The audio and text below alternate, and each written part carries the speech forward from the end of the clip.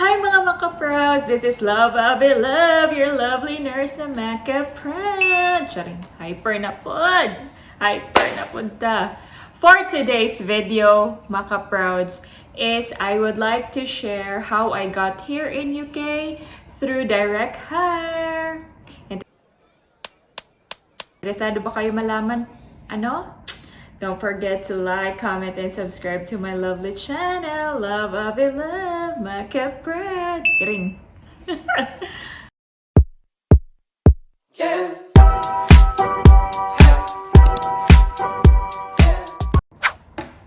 I believe a lot of nurses wants to go here in UK and hindi alam kung paano magsisimula.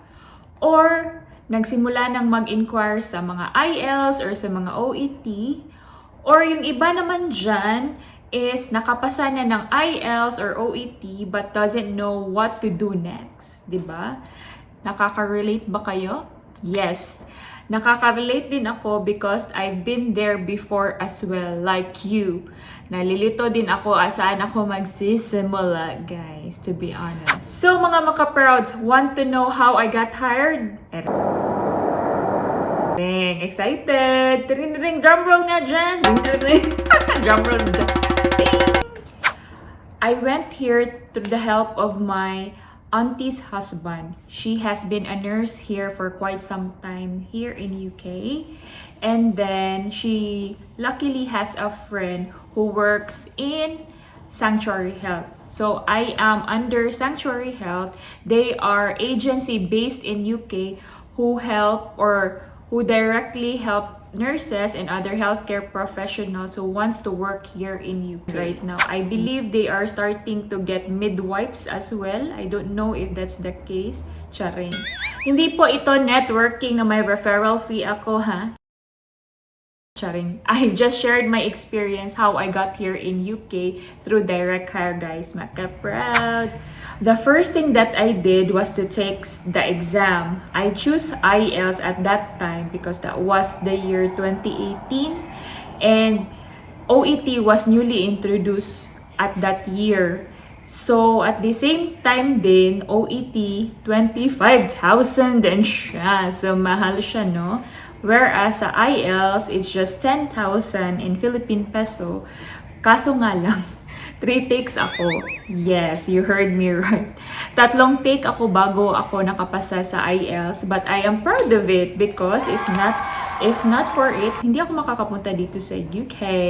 So if you are struggling to pass the exam, don't give up, guys. So I also have a vlog for you to be motivated. This vlog is how I become an OFW nurse in God's perfect timing. So, may link dyan, guys. Kaya nga, go lang ng go, guys. Hindi naman ibig sabihin na hindi kayo nakapasa sa first try is hindi na kayo matalino. That means, may ibang purpose si Lord para sa inyo. Charing. Makaprouds. Motivational speaker ka na, Day.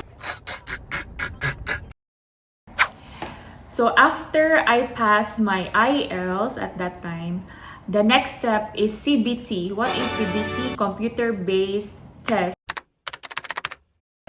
Sa time namin, 120 questions, multiple choice yun siya. But I've heard nowadays, it has been 120 questions pa din, but it came with 2 parts now, part 1 and part 2. Part 1 have 5 questions and part 2 has 115, total of 120 questions. So in my time, they have critical questions that you really need to pass that one. I think that was the crucial part of having CBT because you don't know what are the critical questions at that time. Thank God naman, nakapasa mo naman din ako. Pero pangalawang beses din, guys. So, laban lang tayo sa CBT, ha? Laban lang tayo. So, after I pass my CBT, I start getting my requirements. Sa school ko, they need your TOR and your diploma. It means to say that nag-graduate ka ng Bachelor of Nursing, guys. Then, you will also need your board certificate or what we call lupon so that they will know that you are a licensed nurse in the Philippines. You will also need a COE or Certificate of Employment in your hospital, stating that you have at least 1 year of experience. Yes, you heard me right. 1 year experience is needed here in UK. And the good thing about here is that they are not strict when it comes to their bed capacity. Because I've tried applying in Singapore and they are very strict when it comes to bed capacity, guys. Dapat 100 beds pataas ang kailangan mo, guys, para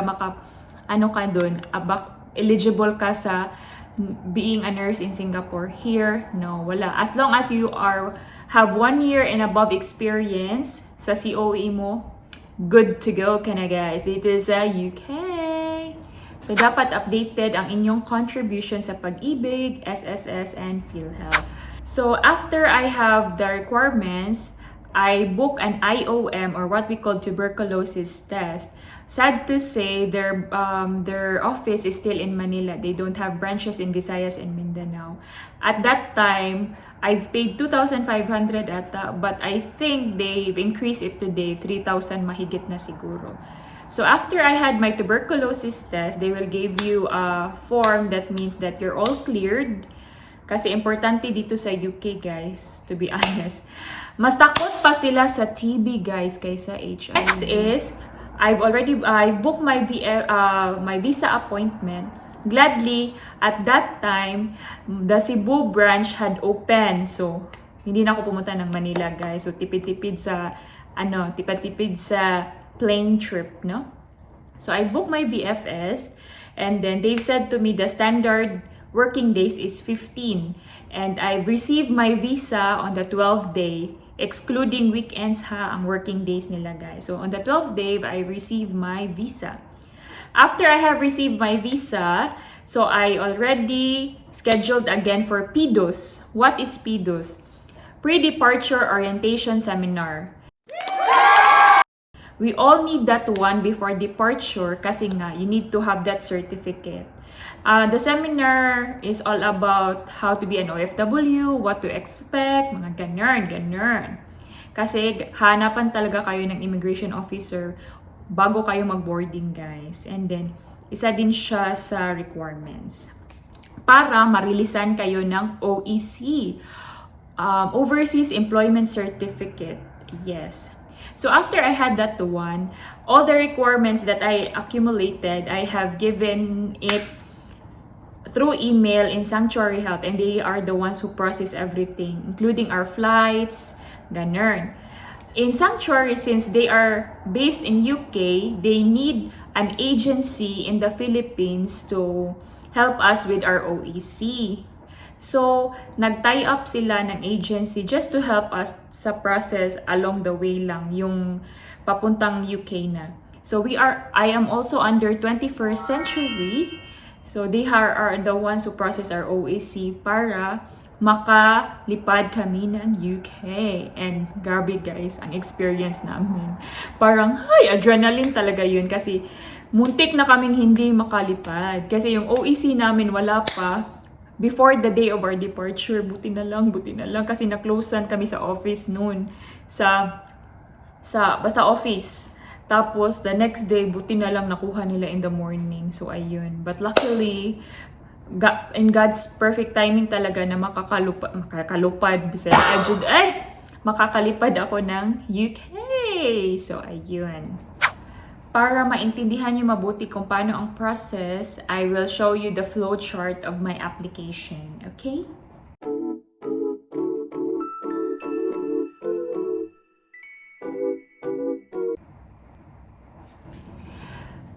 So, ayun lang, guys. That is how I went here, or that is how I got here in UK through direct car under Sanctuary and under 21st Century that had helped us all throughout the way. They have been very approachable and they are very hands-on when it comes to from application to departure, ganon. So, I was lucky that I went here in UK before the COVID, guys. As in, laking tulong siya sa akin financially, emotionally, mentally.